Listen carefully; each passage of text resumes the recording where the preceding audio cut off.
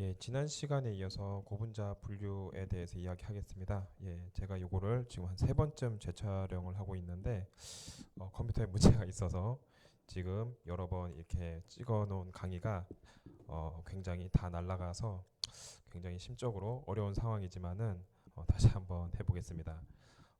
학교의 컴퓨터가 굉장히 문제가 많습니다.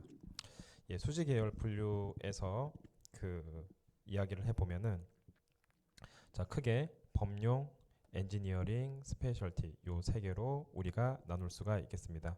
자, 범용 플라스틱으로서는 우리가 일반적으로 쓰는 PVC, 그다음에 폴리에틸렌, 폴리스타이렌, 폴리프로필렌, 그다음에 ABS 이런 애들이 있고요. 엔지니어링, 스페셜티 얘네로 이렇게 나오는 것은 이쪽으로 갈수록 얘네들이 물성이 더 좋아진다라고 보면 되겠습니다.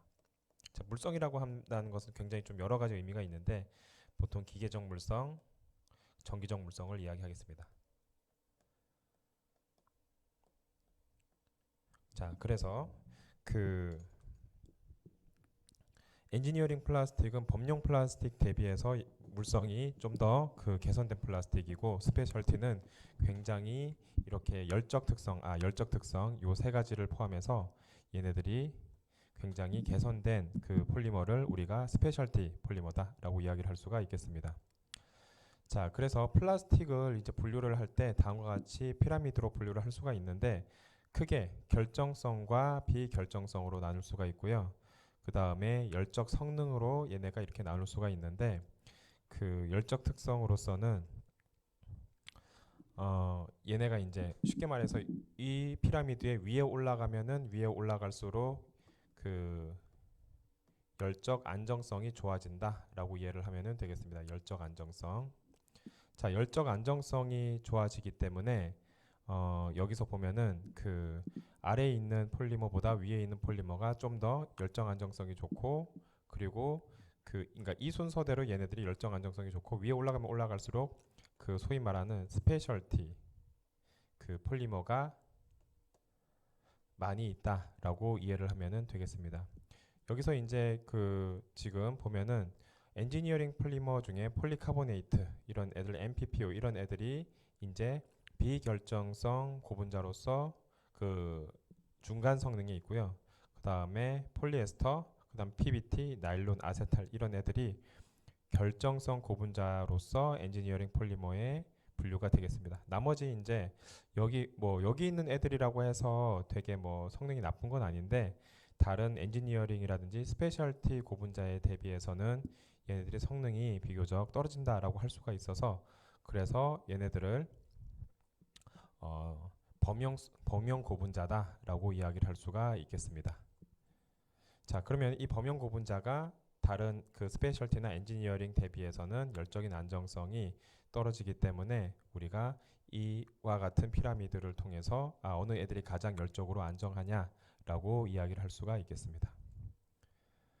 자, 그래서 우리가 범용 고분자로서 여기에 나열된 애들이 대부분 범용 고분자인데 그 중에서 이제 테플론이라고 불리는 그 PTFE의 경우에는 엔지니어링 플라스틱으로 분류가 되고 범용 고분자라고 하긴 좀 어려운 측면이 있고요. 그를 제외한 폴리에틸렌, PVC, 폴리프로필렌, 폴리스타이렌 얘네들의 경우에는 범용 고분자, 상용 고분자다라고 이야기를 할 수가 있겠습니다. 자, 그리고 PMMA, 그다음 베이클라이트, 그다음 나일론, 폴리에스터, 폴리카보네이트 얘네들도 그 범용 고분자의 그 범주에 들어간다라고 할 수가 있겠습니다. 그 중에서 베이클라이트의 경우에는 굉장히 초기에 개발된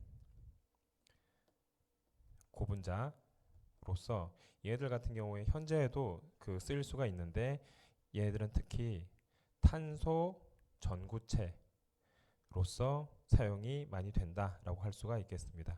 자, 여기까지가 이제 우리가 그 범용 고분자에 대해서 이야기를 했고요. 그 다음에 이제 엔지니어링 플라스틱에 대해서 이야기를 해보도록 하겠습니다. 자, 엔지니어링 플라스틱의 경우에는 얘네들이 자, 물리적 강성, 그 다음에 인성, 그 다음에 경량화 이런 특징을 다 가지는 게 엔지니어링 플라스틱이다 라고 할 수가 있겠습니다. 자, 이런 엔지니어링 플라스틱을 사용하는 것은 좀 가혹한 주변 환경에 하중, 그 다음에 장기적인 시간 지속, 높은 사용 온도, 그 다음에 화학물질에 노출된 환경, 이런 경우에 우리가 엔지니어링 플라스틱을 사용을 하게 되고요. 그 다음에 이러한 엔지니어링 플라스틱은 제품 디자인, 그 다음 성형 기술에 의해서 디자인이 되었기 때문에, 그러니까 물성을 디자인을 하는 거죠. 물성을 디자인하고 거기에 맞춰서 합성을 하였기 때문에 사용자가 원하는 물성을 발현을 할 수 있고 하는 것이 목적이 되겠다. 자, 5대 범용 엔지니어링 플라스틱으로서 여기 넣어져 있는 결정성 수지와 비결정성 수지. 자, 우리 요거를 아까 우리 여기 피라미드에서 봤죠? 결정성 수지와 비결정성 수지에서, 자, 비결정성으로 PC, MPPO 이야기를 했었고요.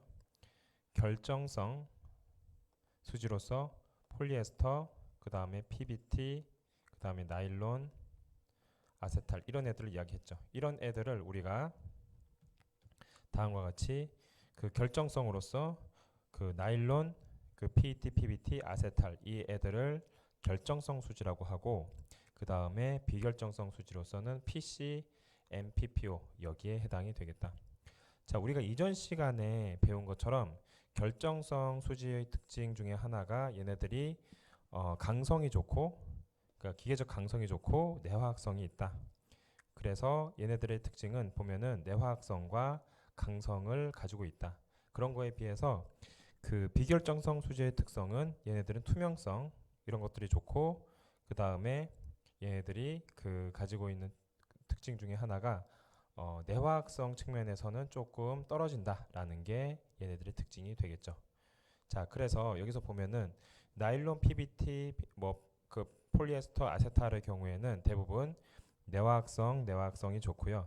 그 다음에 내충격성, 그 다음에 치수 안정성, 그 다음에 저크립성, 그 다음에 저마찰, 저피로 강도, 치수 안정, 이런 게 좋고, 그 다음에 비결정성 수지의 경우에는 투명성, 그 다음에 얘네들의 경우에는 얘네들도 치수 안정성은 있습니다.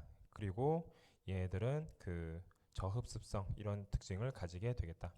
자, 그런데 요새는 각자의 수지의 결정성, 비결정성으로만 구분짓기 힘든 각자의 결정성, 비결정성 수지에 상관없이 물성을 계산했기 때문에 결정성 수지기 때문에 이럴 것이고 비결정성 수지기 때문에 이렇다라고 하는 것은 조금 예전에 비해서 많이 덜해졌다라고 이해를 하면 되겠습니다.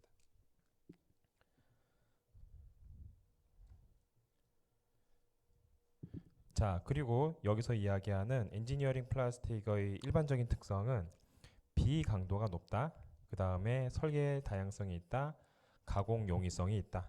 그리고 얘네들이 다양한 색상, 투명성을 포함해서 구현 가능하고, 그런 거에 비해서 비교적 가격이 저렴하다. 자, 가격이 저렴하다라고 하는 것은 다른 재료 대비해서 가격이 저렴하다는 뜻이지, 일반 스페셜티 폴리머에 비해서 가격이 저렴하다.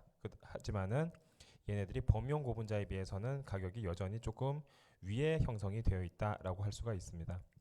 또는 얘네들을 다른 범용 재료, 보통 금속 재료라고 하면은 철을 제일 많이 기준을 두는데요.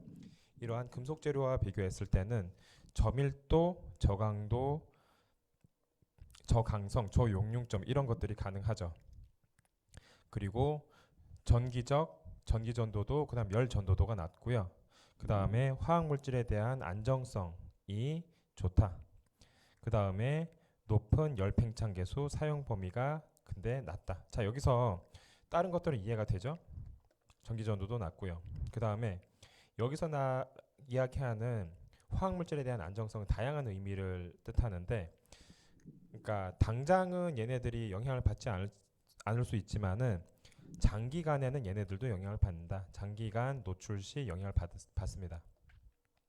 예를 들어 산이든 알칼리든 얘네들 자체로서 장기간 노출 시 영향을 안 받는 경우도 있지만은 얘네들이 만약 결정화가 됐을 경우에는 영향을 받지 않지만은, 그러니까 얘네가 어떤, 예를 들어서 내화학성이 강하냐 약하냐에 따라서 다른 거죠.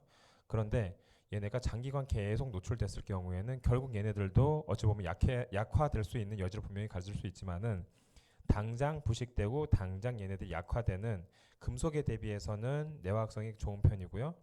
그 다음에 기체 투과도, 기체 투과도가 얘네들이 비교적 낮은 편이어서, 그러니까 산소, 우리가 보통 용기 같은데 산소가 이제 들어있죠. 그럼 산소가 들어있는데 이 산소가 들어있는 용기에 얘네들이 어떤 물질이 들어있죠. 어떤 물질이 들어있으면은 이런 물질이 들어있을 때 얘네들이 그 외부에 있는 화학물, 일종의 케미칼이죠. 산소도 케미칼인데 얘네들이 투과를 이렇게 제대로 이제 못함으로써, 투과를 제대로 못함으로써 이 안에 있는 애들이 안정적으로 보존이 될 수 있다. 그래서 화학물질에 대한 안정성이 있고요.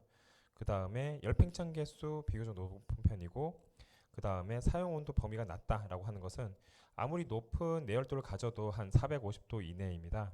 그런데 그것도 굉장히 높은 폴리이미드 이런 애들인데, 보통은 한 범용 예를 들어 스페셜티 폴리머도 그런데 범용 엔지니어링 고분자는 300도씨 이내에서 대부분 녹아버립니다. 그러니까 용융 온도가 300도씨 아래가 되는 거죠. 그렇기 때문에 우리가 뭐 100도 대비해서는 300도가 높긴 하지만은 굉장히 높은 온도 대비해서는 사용 온도와 범위가 금속 대비해서는 특히 낮다라고 할 수가 있겠습니다. 자, 이제 그 고분자의 기계적 특성을 이야기하기 전에 잠깐 녹화를 한번 확인을 하고 넘어가야 되기 때문에 우선은 고분자의 분류까지 이야기하고 다시 고분자의 기계적 특성에 대해서 이야기하도록 하겠습니다.